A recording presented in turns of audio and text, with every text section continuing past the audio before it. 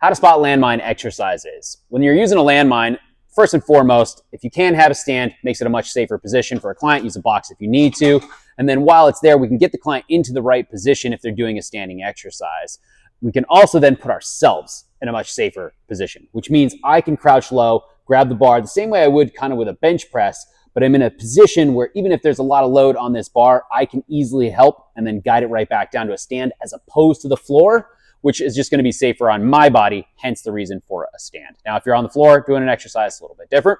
So we've got Coach Ethan here, going to be doing some presses with the landmine. What I like to do is then just stand right next to the bar on the opposite side that they are pressing. Main reason is this bar more than likely is going to travel towards me if he loses control, and I have giant hip, giant body here to be able to support and block this, and I'm in an offset stance so that I can be ready to be able to support.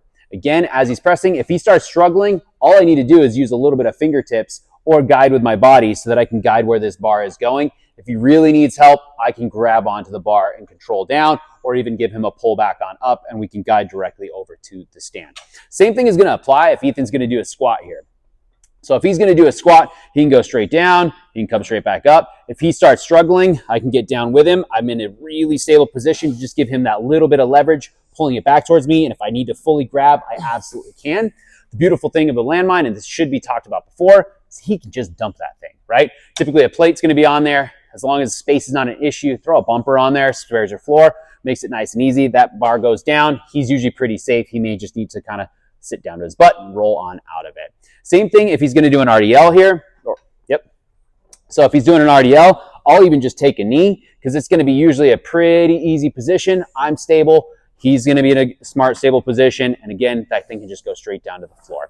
Let's do a half kneeling press, one of our last ones. Again, I like to go counter the side that he is on.